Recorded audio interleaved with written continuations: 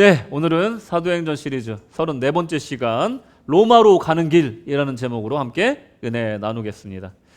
여러분 조금 어려운 말로 시작하겠습니다. 샤르트르라는 이 실존주의 철학자가 있습니다. 그분이 뭐라고 얘기했냐면 잘 들으셔야 돼요. 본질은 실존을 선행하지 않는다 이렇게 얘기를 했어요. 어렵죠? 이 사관님이 아침부터 이렇게 어려운 말을 하시나 생각하실 텐데 쉽게 말씀드리면 이겁니다. 내가 없으면 세상도 없다 이 말이에요. 어려운 말 아닙니다. 뭐 철학 되게 어렵게 말들 하는데 깊이 들어가 보면 별로 어려운 말이 아닌 거예요. 내가 없으면 세상도 없다 이거예요. 우리나라 속담에 뭐가 있습니까? 개똥밭에 굴러도 이승이 좋다 이 말하고 똑같은 말이 이 실존주의였다는 거예요. 우리 속담에 실존주의가 들어가 있었던 거예요.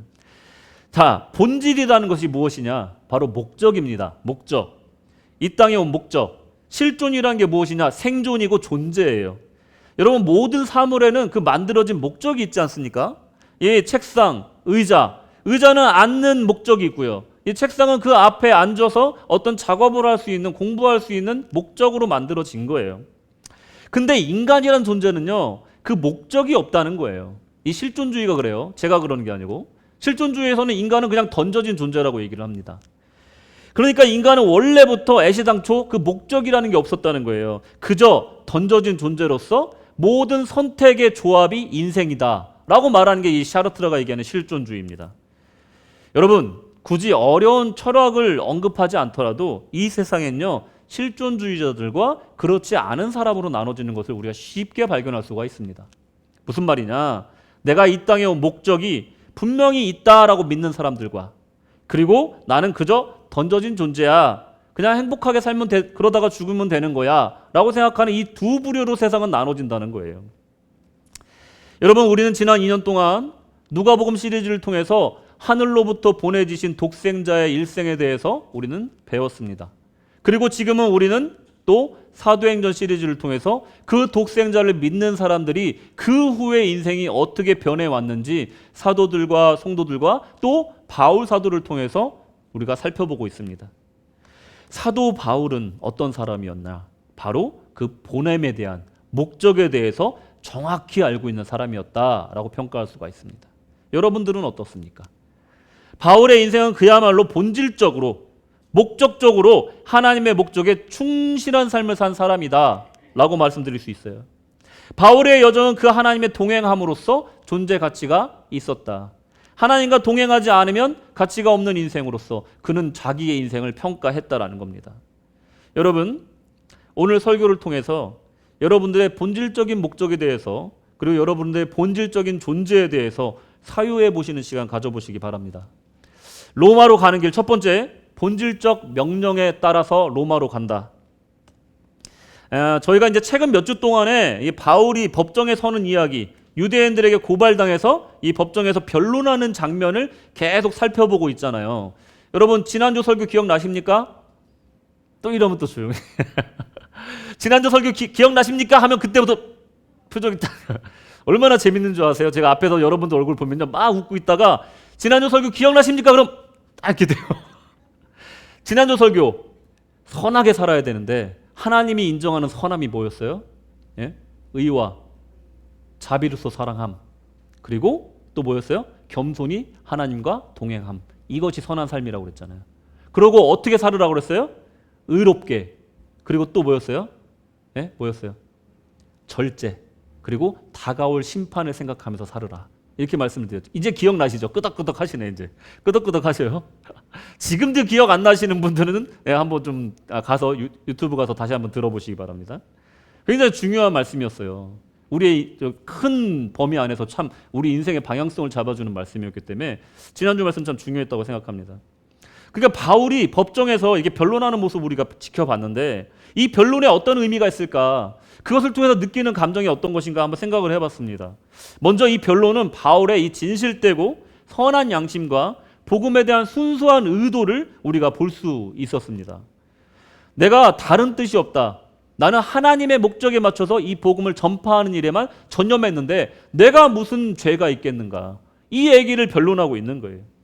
그러니까 이런 변론하거나 아니면 누군가 앞에서 나의 어떤 옳음을 아니면 죄 없음을 증명할 때 그 사람들의 가장 진실한 모습, 과거의 모습까지 다 끌어와서 정말 생각해보는 시간을 가져봐야 된다라는 것입니다. 여러분, 제 얘기를 잠깐 드리자면, 제가 한국에서 직장 생활을 할 때 사회복지재단 쪽에서 일을 했어요. 근데 제가 입사한 지 1년도 안 돼서 좀 우리 복지관에 좀 큰일이 생겼습니다. 뭐냐면 이사장님이 부정부패 혐의로 검찰 조사를 받기 시작한 거예요. 그래서 제 위에 팀장이 같이 불려갔어요. 왜냐하면 우리 재단이 시작하기 전 이전 재단에서 이 두 분이 한 5년 정도 같이 일을 했던 거예요. 그래서 검찰청에 끌려간 겁니다. 그래서 갔다 와서 저한테 그 팀장이 얘기를 해주는데 뭐라고 그러냐면, 딱 들어가는 순간요, 검찰청에 딱 조사실에 딱 들어가면 어두컴컴한데, 우리 영화에서 많이 봤잖아요. 어두컴컴한데 조명 하나 딱 켜놓고 거기에 딱 앉혀놓은대요. 그리고 1시간 정도, 거의 1시간 반 정도 그냥 가만 놔둔대요. 그동안 피가 마른답니다. 그러고 나서 검찰이 한 명이 딱 들어온대요. 그러고서 A4 용지 요만큼을 딱 주면서, 볼펜이랑 주면서, 선생님 지금부터 지난 5년 동안 있었던 일을 자세하게 적어주십시오 하고 나간대요. 그러면서 딱 한마디 하면서 나간대요. 뭐라고 그러냐면, 구속 여부가 결정되니까 진술서 신중하게 쓰시기 바랍니다. 그러고 나간대요. 막 살이 떨리는 거죠. 그래서 이 팀장님이 어떻게 했겠습니까? 제 대학교 후배였는데, 있는 거 없는 거 다 막 기억을 짜내서 100원 한 푼까지 다 적었답니다. 그 다음에 맨 마지막 장에 반성문까지 써가지고 붙였대요. 그랬더니 그날부로 귀가 조치, 무혐의 처리가 됐고, 그 이사장님은 바로 구속이 됐습니다. 그분이 항상 뭐라고 그랬냐면, 나는 청소년과 결혼했어요 했던 분이에요. 그런 분이 구속이 됐어요. 신문에도 났었습니다. 그러면서 그 모습을 보며 제가 생각한 건 뭐냐면, 이 바울이 그렇겠구나. 바울이 그런 마음이었겠구나. 내가 지금까지 살아온 나의 행적들을 다 한번 정말 생각해보는 주마등처럼 흘러가는 그 시간을 보냈겠구나. 이 억울한 옥살이를 하면서, 또 이 변론을 준비하면서, 이 바울은 분명히 나는 누구인가, 내가 왜 여기 있는가 하는 이 원론적인, 이 근본적인 질문을 스스로에게 하지 않았을까 하는 생각을 해봤습니다. 나는 누구인가? 이 질문에 대한 대답은 무엇일까?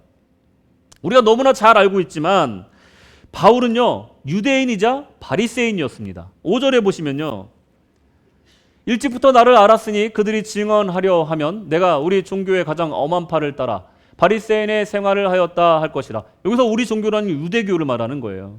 유대교에서도 가장 엄한 파, 그러니까 가장 엄격한 그런 계파가 바로 이 바리새인, 그러니까 엄격한 율법을 지키는데 굉장히 철저하고 율법에 굉장히 엄한 그런 계파가 바로 이 바리새인이었어요. 누구보다 신앙생활을 열정적으로 했던 사람이에요. 철저하게 했던 사람이에요.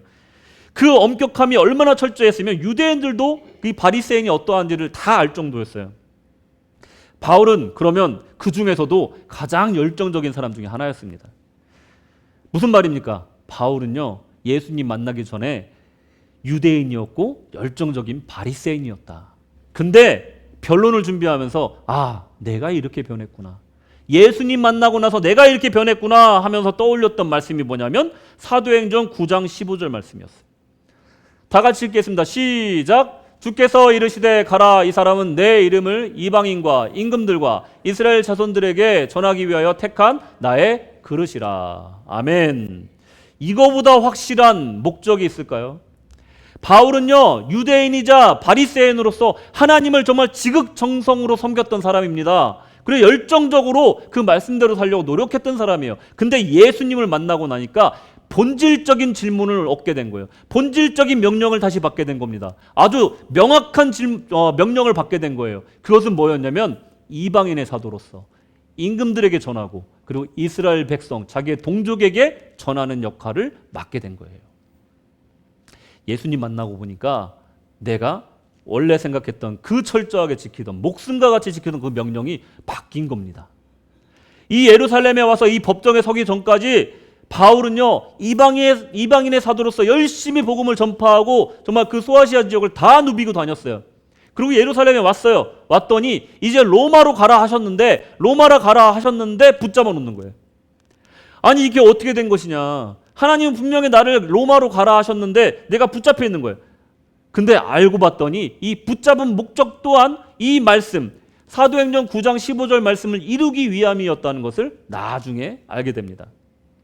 하나님이 바울을 부르신 목적을 통해 두 번째 질문을 볼 수가 있어요. 내가 왜 여기 있느냐? 여기는 어디냐? 이 질문을 또 하고 있는 나는 누구? 여기는 어디?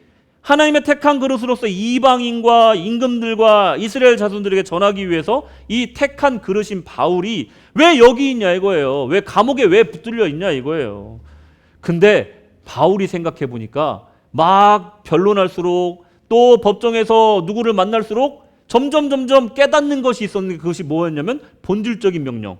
바로 내가 지금 로마로 가고 있구나 라는 걸 깨닫게 된 거예요. 가장 빠른 길로, 가장 안전한 길로, 가장 좋은 길로 내가 지금 가고 있구나 라는 걸 깨닫게 된 겁니다. 이방인의 선교를 마치고 돌아왔어요. 그리고 법정에 자기가 생각지도 못하게 잡혀 들어간 거예요. 자기는 당연히 그 구제 연보를 전해주고 로마로 갈 줄 알았는데 생각지도 않게 예루살렘에서 붙잡혀서 가이사랴까지 몰려온 거예요.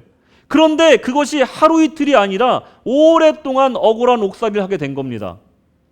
법정에서 변론을 하다 보니까 벨릭스 총독을 만나고요. 그리고 베스토 총독을 만납니다. 26장부터 나오는 이 헤롯 아그리파 2세라는 왕을 또 만납니다. 이게 로마로 가는 길이었구나. 사도행전 9장 15절에 내가 예수님 만나고 나서 그 눈이 멀었을 때 예수께서 나에게 말씀하신 나의 사명, 그것이 지금 진행되고 있구나라는 것을 그 감옥에서 계속 매일매일 깨닫고 있었던 겁니다. 오늘 읽으신 본문에서 로마 황제에게 가는 그 확답을 듣게 되는 것처럼 바울은 이제 알게 된 거예요. 감옥에 잡힌 것도 하나님의 뜻이었구나. 바울이 있는 것이 바로 로마로 가는 길이었구나 라는 것을 알게 된 겁니다. 여러분, 성도는요 때론 억울한 일을 당합니다. 원치 않는 시련에 힘겨울 때도 있습니다. 보통 우리는 그럴 때 고난 자체에 압도되어서 고난만 바라볼 수밖에 없어요. 바울을 보면서 우리가 깨달아야 할 것은요, 바로 고난보다 더 큰 하나님의 목적과 은혜가 있다는 것을 깨달아야 합니다. 너무나 많이 들은 말이잖아요. 고난보다 더 큰 하나님의 목적이 있다. 하지만 여러분, 우리가 직접 그 상황에 처하게 되면 그거 실천하기 어렵습니다. 예를 들어서 병마에 시달리는 사람한테 제일 된 목적 뭡니까? 일단 병에서 회복되는 것입니다. 그게 최고의 목적이에요. 여러분, 안 아픈 사람들은요 여러 가지 바라는 것이 있지만 아픈 사람은요 소망이 딱 한 가지밖에 없대요. 뭐죠? 병에서 낫는 것. 그 다음에 목적이고 신앙이고 안 보인다는 거예요. 사람이 그렇습니다. 사업이 어려워지면요 백방 뛰어다니면서 자금 구하러 다니면서 기도하는 거지 그것이 하나님의 무슨 뜻이 있는지 목적이 무엇인지를 생각해 볼 여유가 없다는 거예요. 직장 내에서도 어려움을 당하거나 학교에서도 어려움을 당할 때 내가 정말로 그 안에 하나님의 뜻이 무엇인지를 생각하는 시간을 갖기란 정말로 어렵다는 거예요. 당장 그 문제를 해결해야 되기 때문에 그래요. 이거 해결 안 되면 죽을 것 같으니까 그런 거예요. 여러분, 바울도 처음에는 마찬가지였습니다. 처음에 바울도요 이 일에 집중했을 것이고 내가 무죄로서 석방되는 것만을 생각했을 것입니다. 여러분, 유대인 대표와 법정 다툼을 하는 과정은 정말로 고통스러웠을 거예요. 나를 미워하고 죽이고자 하는 사람하고 법정 다툼한다고 생각해 보세요. 안 되는 말 되는 말 다 끄집어내서 저를 막 공격할 거란 말이에요. 그리고 로마 총독과 관리들을 설득하는 과정은 그리 쉽지 않았을 겁니다.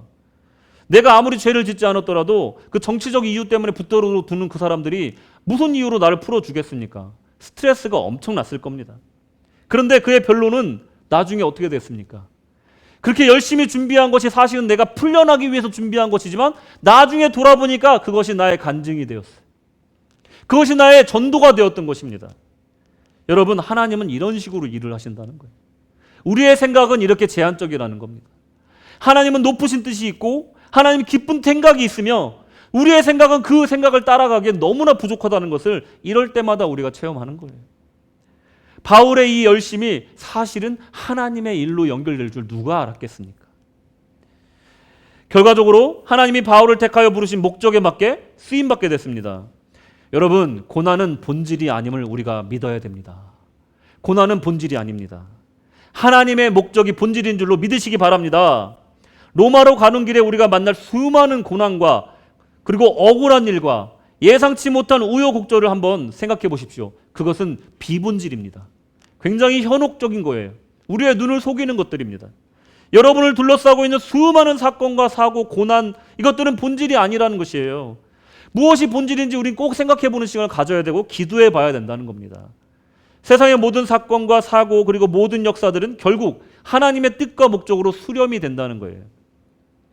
여러분, 로마로 가는 길 험난할 수 있지만 하나님의 명령과 부르심에 충실할 수 있다면 시간이 흐르고 나면 우리가 모르는 사이에 하나님의 택하신 목적에 충실히 따르고 있었다는 사실을 알게 됩니다. 그곳이 어디든 상관없습니다. 우리가 처한 상황이 어떠하든 상관없습니다. 성도는 자신의 사명과 목적에 집중해야 되는 것입니다.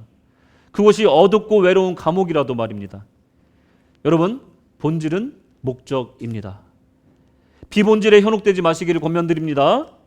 영의 눈으로 보다 넓게, 보다 깊게 바라봐야 합니다. 본질을 보기 위해서 말씀에 의지하고 기도하시길 주님의 이름으로 권면드립니다. 자, 로마로 가는 길. 이제 본질적인 목적, 이 명령에 따라서 가야 된다고 말씀을 드렸는데, 이제 두 번째로 우리가 로마로 가기 위해선 감내해야 될 것을 감내해야 된다는 거예요.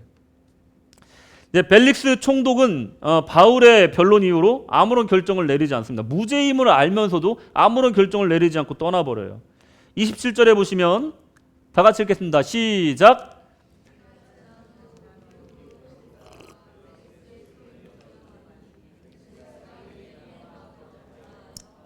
구려하여 두니라. 할렐루야. 아멘. 보시면 분명 바울을 잡아둘 이유가 없어요. 뭐 죄가 없거든요. 근데 유대인들에게 환심을 사기 위해서 정치적인 목적으로 억울한 옥살이를 시킵니다. 근데 몇 년을 시켰다라고 나옵니까? 자, 여기 답이 딱 나왔어요. 여러분, 이태가 뭡니까? 이태. 2년이에요. 예. 되게 어려운 단어인데 이태. 2년 동안 죄도 없는 사람을 가둬둔 거예요. 이유가 뭐예요? 유대인들의 선심을 사기 위해서. 정치적인 목적으로. 그것도 자기가 임기가 끝나서 로마로 이제 가야 되는 그 시점에도 아무것도 안 해놓고 그냥 그대로 놔두고 간 거예요. 이 벨릭스 총독은 유대인들을 무력으로 진압했다 하는 이유로 로마로부터 호출받아서 호송됐어요. 그런 다음에 돌아온 사람이 바로 베스토 총리예요. 이 베스토 총독이 바뀌었는데도 불구하고 이 바울은 이 감옥에 갇혀 있는 겁니다. 정말로 억울했겠죠. 정말 부당한 일입니다. 이 더군다나 몇 개월도 아니고 2년 동안 옥살이를 했다는 거예요. 새로운 총독인 베스토 부임하고도 바울이 풀려나지 못했어요. 유대인들은 또 정말 지긋지긋합니다. 또 총독이 바뀌니까 또 고소를 합니다. 바울의 마음이 어떻겠습니까? 죄에 대해서는 아무런 판결을 받지 못하고 억울한 옥살이만 계속되고 그리고 고발을 또 받은 상태예요. 이제 고발 받은 만큼 또 내가 무죄임을 내가 증명을 해야 되는 거예요. 유대인은 기회가 되면 바울을 또 죽이려고 했습니다. 오늘 말씀을 읽었지만 예루살렘으로 자꾸 데려오려고 그래요. 새로운 총독에게도 예루살렘으로 보내달라 계속 얘기를 합니다. 왜냐하면 가는 이 호송길에서 바울을 죽일 계획을 세우고 있었던 거예요. 말씀을 보면 아세요. 이렇게 바울은 여러 면으로 압박을 받고 있었던 겁니다. 그런 상황이 결국 여러분 정말 힘들고 어려운 상황이었지만 결국은 정말로 복음을 전파하는 데 있어서는 아주 좋은 상황으로 바뀌고 있었다는 것을 바울도 깨닫지 못하고 있었습니다. 그것은 뭐였냐면 예루살렘이 아니라 가이사랴에 머물게 되었고요. 가이사랴에 머물고로 끝난 것이 아니라 그것이 또 로마로 갈 수 있는 길을 열어주었습니다. 여러분 생각해 보세요. 너무나 억울한 일이에요. 너무나 힘든 일이에요. 내가 좀 감내하기 싫은 일이에요. 그런데 그 일을 통해서 하나님이 더 빠른 길로 역사하신다는 겁니다. 정말 다메섹에서 예수님을 만난 이후로 바울의 인생은 하나님께 강력하게 이끌리는 삶을 살았습니다. 영광스럽고 복된 삶이지만 외적으로 그야말로 속된 말로 말씀드리면 고생 바가지였다는 거예요. 고린도후서 11장 23절 보시면 내가 수고를 넘치도록 하고 옥에 갇히기도 더 많이 하고 매도 수없이 맞고 여러 번 죽을 뻔하였으니 이렇게 고백을 하고 있는 거예요. 이 구절 자체가 바울의 인생을 요약하고 있는 구절입니다. 일반적인 사람은요, 누구나 수고를 넘치게 하고 싶은 사람은 없습니다. 되도록이면 일을 쉽게 하고 싶어 하죠. 더욱이 억울한 옥살이나 죽기 전까지 매를 맞고 또 죽을 고비를 여러 번 넘기는 삶을 살고자 하는 사람은 그 누구도 없다는 겁니다. 하지만 로마로 가기 위해서는 이 철로 역정의 단계를 거쳐야만이 로마로 갈 수 있다는 거예요. 여러분 생각해 보세요. 그 어떤 사람이 아무리 사소한 일이라도 스스로 고난을 받기를 원하는 사람이 있겠습니까? 아무도 스스로 고난을 받기를 좋아하는 사람은 없어요. 그게 아무리 작은 일이라도. 제가 요즘에 좀 이 말씀을 좀 실험해 보기 위해서 좀 어떤 걸 실험을 해봤어요. 근데 우리 집에 굉장한 유혹이 두 가지가 딱 도사리고 있다는 걸 최근에 알았습니다. 무슨 말이냐? 제가 최근에 찬물 샤워에 도전하고 있거든요. 이게 별거 아닌 것 같죠? 여러분 한번 오늘 가서 해보세요. 이 5, 6월에 찬물 샤워하는 거 쉬울 것 같죠? 절대 쉽지 않습니다, 여러분. 유혹이 많습니다. 무슨 생각까지 드는 줄 아세요? 야, 찬물로 샤워하다가 심장마비 오면 어떡하지? 뭐 그런 생각이 막 와요. 별의별 생각이 옵니다. 그리고 저 뜨거운 물 살짝 섞을까? 그러면 조금 날 것 같은데? 아니면 그런 생각도 듭니다. 에이, 좀 이 찬물로 하다가 몸에 있는 노폐물 잘 닦이지 않으면 어떡하지? 에이, 머리 잘 안 감겨서 떡지면 어떡하지? 별의별 유혹이 다 머릿속에 떠오르고 그 밸브를 열 때까지, 그 노브를 잡기까지 정말로 큰 도전을 만나게 돼요.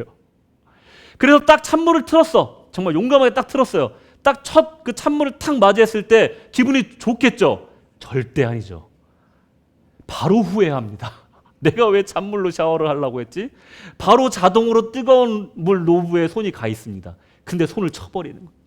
그리고 참고 그냥 머리도 감고 샤워를 끝내고 나면요, 어떤 줄 아세요? 기분이? 뭔가 이상한 성취감이 있어요. 그리고 왠지 활력이 생겨요. 그리고 막 몸에 피가 막 도는 느낌이 들어요. 여러분 혹시 젊은 분들만, 혈압이 없으신 분들만 한번 시도해 보시기 바랍니다. 제가 왜 이 말씀을 드리냐면요, 인간이란 존재가요, 아무리 사소한 이 온유월의 찬물 샤워 같은 이 사소한 일에도, 이 조그만 고난에도 스스로 자청하는데 굉장한 큰 도전이 필요하다는 거예요. 인생이 그렇다는 거예요. 인간이 그렇다는 겁니다. 우리가 스스로 고난의 길로 내가 스스로 발을 들여본 게 언제입니까? 여러분, 이거 젊어서 고생, 사서서 고생이라는데 한번 해보자. 그런 적이 언제냐 이거예요. 우리가 한번 생각해 보세요. 정말 오래되지 않았습니까? 정말 그런 자그마한 일에 도전하는데도 우리는 큰 마음을 먹어야 된다는 거예요. 그런데 여러분, 신앙생활 할 때는요, 분명히 이런 도전이 필요하고요, 분명히 감내해야 될 부분이 있습니다. 그것은요, 대단한 것이 아닐 수도 있어요. 사소한 습관이나 나만의 기호를 포기해야 되는 일 수도 있습니다. 개인적인 감정을 내려놓아야 될 때도 있어요. 여기 계신 분들 중에서도 솔직히 말씀드리면 예수 믿으면서 술 끊고 담배 끊으신 분들이 계시잖아요. 솔직한 얘기로 지금까지 못 끊고 계신 분들도 계시잖아요. 올해는 2025년도에는 여러분들 건강을 위해서라도, 그리고 신앙의 유익을 위해서라도 한번 도전해 보시기 바랍니다. 아멘 안 하시네. 들킬까 봐 마음으로 하신 줄로 믿습니다. 자, 사람은 언제나 이렇게 안락을 쫓습니다. 편안함을 쫓아요. 그리고 결핍보다는 풍요를 쫓게 돼 있습니다.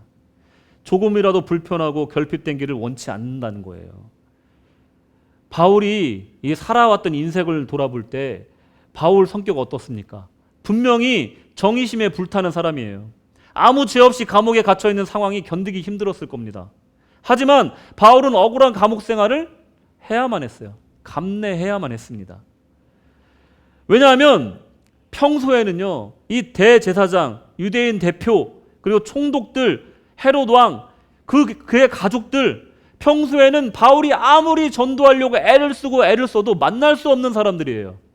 여러분 어떻습니까?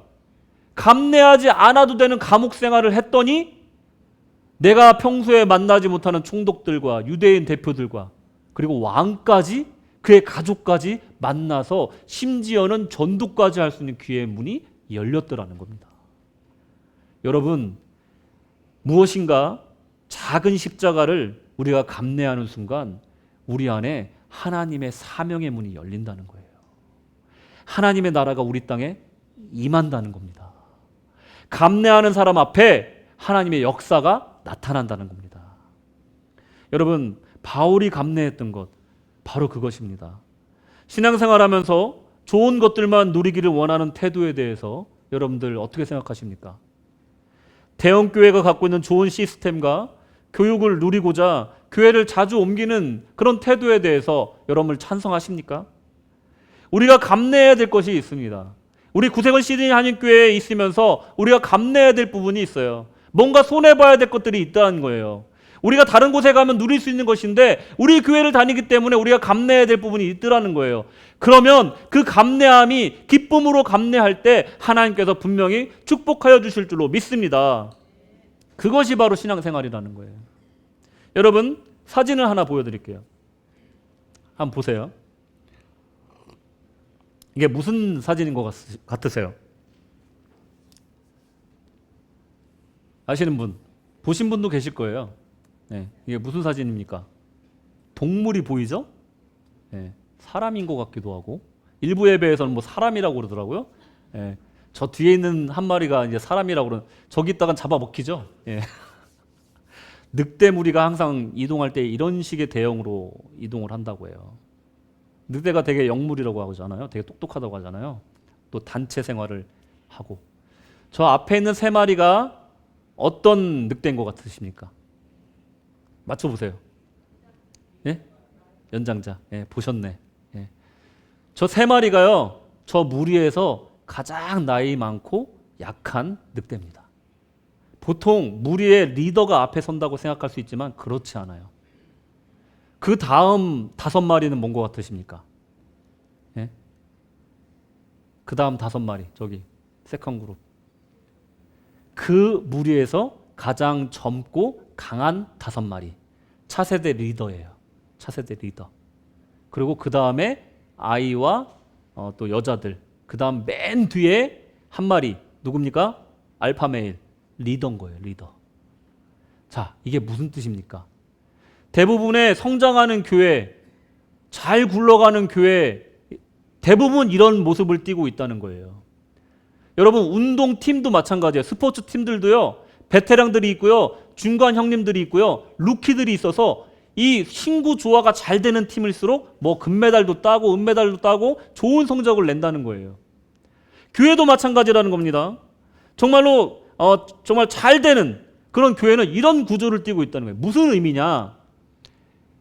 시니어 분들이 내가 나이 들었으니까 몸도 아프고 힘도 없으니까 난 뒤로 처질래 라고 말하는 순간, 인간 사회는 그렇지 않지만 늑대 사회에서는요, 뒤로 처지는 순간 바로 아웃이 됩니다. 공격을 받아요. 교회에서는요, 경험이 많고 신앙의 깊이가 있으신 이 시니어 그룹들이 앞에 서 있어야 돼요. 그래서 길을 안내해야 되고요, 이것이 맞은지 틀린지 기도하면서 알려줘야 돼요. 그리고 그 다음 그룹에 정말 혈기왕성한 차세대 리더들이 그것을 보고 배우는 거예요. 혈기로만 교회를 이끌어가는 것이 아니라 이 시니어 그룹과 함께 합동으로 협력해서 그들의 조언을 들으면서 그 훈련을 받으면서 리더로서 자라나가는 거예요. 지혜를 배우는 거죠. 그리고 그룹에서 가장 연약하고 보호가 필요하고 성장이 필요한 어린 아이들과 여성들을 가장 안전한 위치에 취하게 하고, 그 다음에 리더는 맨 뒤에서 전체를 아우르면서 비전을 제시하면서 가장 멀리 보면서 그 그룹을 리드하는 거예요. 교회의 구조가 이렇게 된다는 거예요. 여러분, 쇠락하는 교회의 특징이 뭔지 아십니까? 일명 믿음 좋다는 몇 명이 여기저기 뛰어다니다 보면 그 교회가 쇠락하게 된다는 거예요. 내가 능력이 적든 많든 자기 자리를 지키는 교회가 성장을 한다는 겁니다. 그 열심히 뛰던 사람들 나중에 어떻게 되는 줄 아십니까? 결혼하고 아기 낳고 나중에 직장일 바빠지면요, 지쳐서 나가 떨어져서 그 신앙조차도 떨어지게 된다는 거예요. 정말 정상적인 교회는 내가 있는 그 자리에서 시니어로서 그 사람들에게 나의 경험을 물려주고 차세대 리더를 키워나가고, 그리고 약한 자들을 보호하고, 그리고 비전을 제시하면서 가장 어려운 자리, 가장 위험한 자리에서 리더가 비전을 제시하면서 리드하는 그 교회, 그 교회가 성장하고 그리고 성숙해 간다라는 것입니다. 예를 들면 그런 거예요. 이 선교를 간다, 예를 들어서 우리 교회가 선교를 간다 하면 뒷짐지고 있는 게 아니에요. 어른들이 먼저 앞장서가지고 우리 기도회 합시다. 내가 선교를 가보니까 기도가 너무 중요하더라. 우리 기도회, 우리 선교위원회 구성해가지고 우리 기도 시작합시다. 기도회를 구성해가지고 솔선수범하는 거예요. 이건 나이 든 거하고 건강하고 상관없잖아요. 시니어분들이 분명히 할 수 있는 부분이잖아요. 그리고 청년들한테 또 중간 청장년들한테 가르치는 거예요. 이런 것들을 준비해야 된다. 알려주고 또 그들의 의견도 들어주고 하면서 협력하는 거예요. 먼저 앞에서 독려하고 기도하는 겁니다. 청년들은 뭐 좋은 일을 한다고 하면요, 쌈짓돈도 내주고 응원해 주셔야 돼요. 기도해 주셔야 되는 겁니다. 청년들, 장년들은요, 나 일 많이 했으니까 빠져 있는 것이 아니라 선배로서 관심 가져주시고, 그리고 내가 할 수 있는 부분 같이 뛰어줘야 돼요. 그러다 보면 교회가 잘 굴러가게 된다는 겁니다. 여러분, 하나님의 교회와 그의 나라를 세워가는 그런 사역 가운데는요, 일을 관망하거나 관전하거나 품평하거나 아니면 그것을 훈수두는 일은 필요 없다는 거예요. 단지 내 역할을 기쁨으로 감내하고 그리고 헌신하는 일만 있을 뿐이라는 거예요. 내가 할 수 있는 일이 무엇인가를 고민한다는 것입니다. 그런 교회가 건강한 교회라는 거예요. 내가 감내해야 할 수 있는 것이 무엇인가 생각한다라는 것이에요. 그것이 거창한 일이 아니어도 된다는 것입니다. 바울은요, 로마로 가기 위해서 모든 것을 감내하기로 결심합니다. 내가 죽는 한이 있어도 내가 나를 이제부터 로마로 가는 것을 목표로 해서 가겠다 하는 말씀을 25장 11절 12절에 말씀하고 있어요. 고발한 것이 사실이면 내가 죽음을 각오하겠다 얘기를 합니다. 그리고 12절에 보시면 그 결과가 나타나는데 베스도 총독이 이렇게 얘기를 해요. 배석자들과 상의하고 이르되 내가 가이사에게 상소하였으니 가이사에게 갈 것이라. 아멘.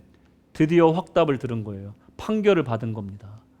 여기서 가이사라는 건 뭐냐면요, 시저를 말하는 거예요. 시저. 그 당시 로마에서는 모든 황제를 시저라고 얘기했어요. 줄리어스 시저가 첫 번째 황제였는데 그 이름을 따서 모든 황제를 시저라고 불렀어요.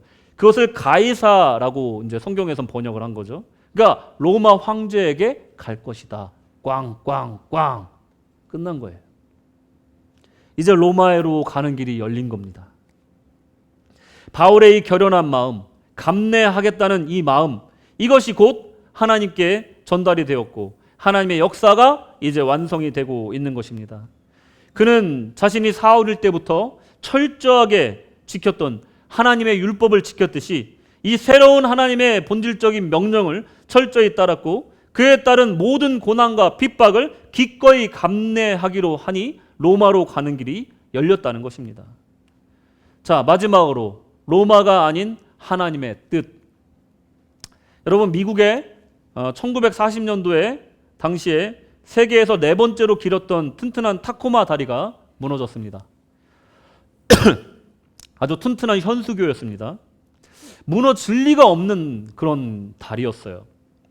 근데 강한 바람에 무너졌다고 하기에는 뭐 웬만한 다리가 바람 때문에 무너지나? 그래서 조사를 해봤더니 바람 때문이 아니었어요. 강풍 때문도 아니었고 그리고 폭풍 때문도 아니었어요. 알고 봤더니 이 평소에 그 다리에 있는 진동이 있고요. 또 바람의 진동이 있습니다. 근데 이게 항상 달랐어요. 달라서 힘이 전달이 안 됐습니다. 근데 이게 어느 날 바람의 진동과 다리의 진동이 딱 맞아버린 거예요. 그래서 이게 이렇게 돼버린 겁니다. 그래서 저렇게 무너져 버린 거예요. 이거를 과학 용어로는 뭐 에어로 엘라스틱 플러터라고 하는데, 뭐 에어로 엘라스틱이라는 게 이게 휘어지는 거 있잖아요. 그거고 플러터는 펄럭이다라는 뜻이에요. 그러니까 바람의 이 진동 주파수에 이 다리의 진동 주파수가 탁 맞는 순간 이게 엄청난 파괴적인 힘이 돼버린 거예요. 그래서 저 튼튼한 다리가 무너지게 된 겁니다. 이 좋은 예가 뭐가 있냐면 뭐 이 굽새 있잖아요. 이거 띵 해가지고 이 와인잔에다 갖다 대면 이게 진동이 같으면 와인잔이 깨져버립니다. 여러분, 이게 무슨 뜻이냐? 제가 왜 이걸 설명하느냐? 바울의 신앙이 왜 강력했는가를 말씀드리고 싶어서 그래요. 바울은요, 바울의 신앙의 강함이라는 건 무엇이냐면 하나님의 진동에 자기의 진동을 공명할 줄 아는 신앙이었기 때문에 강력했습니다. 하나님과 같은 목소리를 내고요, 하나님과 같은 주파수를 맞출 줄 알았어요. 그리고 대화할 줄 알았던 거예요.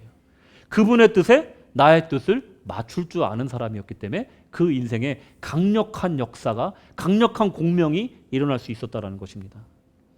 로마에 가면요, 또 다른 어떤 고난이 있을지 몰라요. 근데 고난이 바울에게는 관심사가 아니었습니다. 바울의 관심사는 오직 사건의 본질이었어요. 하나님의 목적이었다는 겁니다. 하나님의 음성이었다는 거예요. 사도행전 23장 11절 보시면, 그날 밤에 주께서 바울 곁에 서서 이르시되 담대하라, 내가 예루살렘에서 나의 일을 증언한 것 같이 로마에서도 증언하여야 하리라 하시니라. 아멘. 로마로 가는 것이 하나님께서 말씀하신 것이지만 하나님이 가라 한 곳이 로마였을 뿐이라는 것도 우리가 생각해 봐야 된다는 거예요. 여러분, 우리가 생각하는 신앙은 종종 기도와 말씀 읽는 것, 그리고 예배 잘 드리는 것으로 우리 모든 것을 설명하려고 합니다. 하나님을 예배하고 기도하고 말씀을 매일 읽는 것이 그런데 목적이 되어서는 안 돼요. 마찬가지로 로마로 가는 것이 목적이 되어서는 안 됩니다. 바울은 필사적으로 로마에 가서 가이사를 만나려고 했을 겁니다. 왜? 하나님이 가라 했으니까요. 하지만 그가 로마로 가고자 한 것은 그것이 하나님의 명령이었기 때문에 간 것이지 로마가 목적지가 아니었다는 겁니다. 우리가 이것을 잘 생각해 봐야 돼요. 우리 신앙생활하면서 목적을 잘못 선택하는 경우가 너무나 많다는 겁니다. 우리가 예배를 열심히 드리고 기도를 열심히 하고 말씀을 매일 읽으면 믿음이 좋은 것은 맞지만 그 모든 것이 하나님을 사랑하게 하는 영적 활동이라는 것을 잊으면 안 된다는 거예요. 목적이 될 수 없다는 겁니다. 하나님 없는 기도, 하나님 없는 경배와 찬양, 우리 찬양 좀 잘 들으세요. 하나님을 알고자 하는 열망 없는 성경 읽기의 능력, 그것은 아무 능력이 없고 아무 소용이 없다라는 겁니다.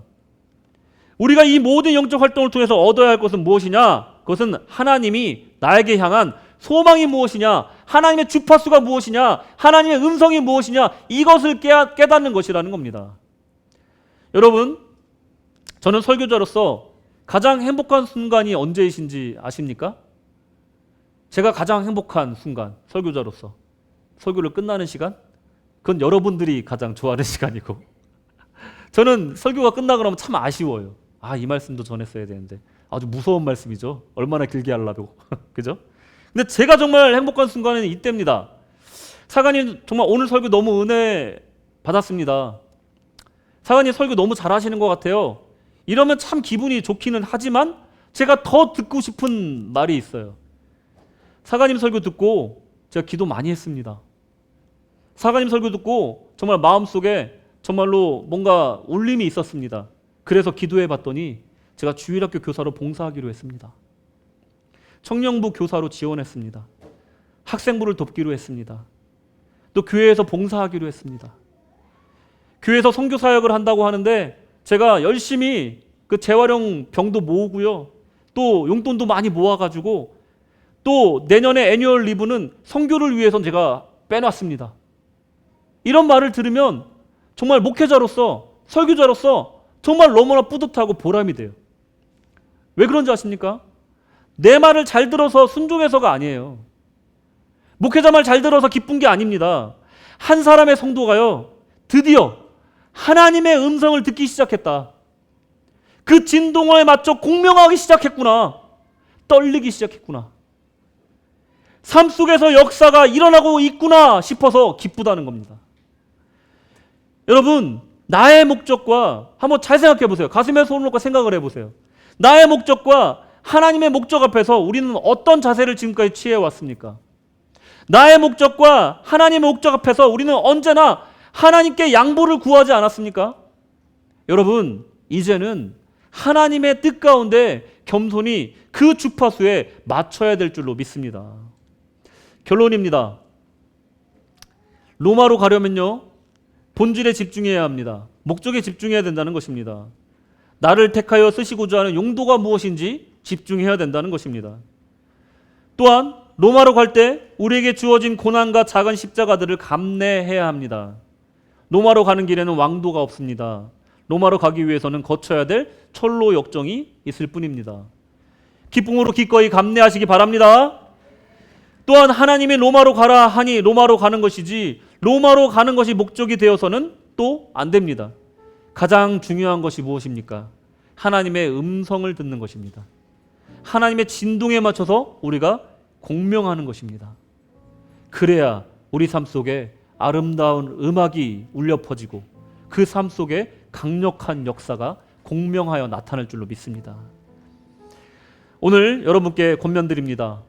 오늘 이 말씀을 일주일 동안 여러 번 묵상해 보시기를 권면드립니다. 그럴 때 하나님의 음성을 들을 것이고 그 음성이 어떻게 내 안에 공명해야 될지, 그 역사가 나의 삶 속에 강력하게 역사하시는 영적 경험을 하게 되실 줄로 믿습니다.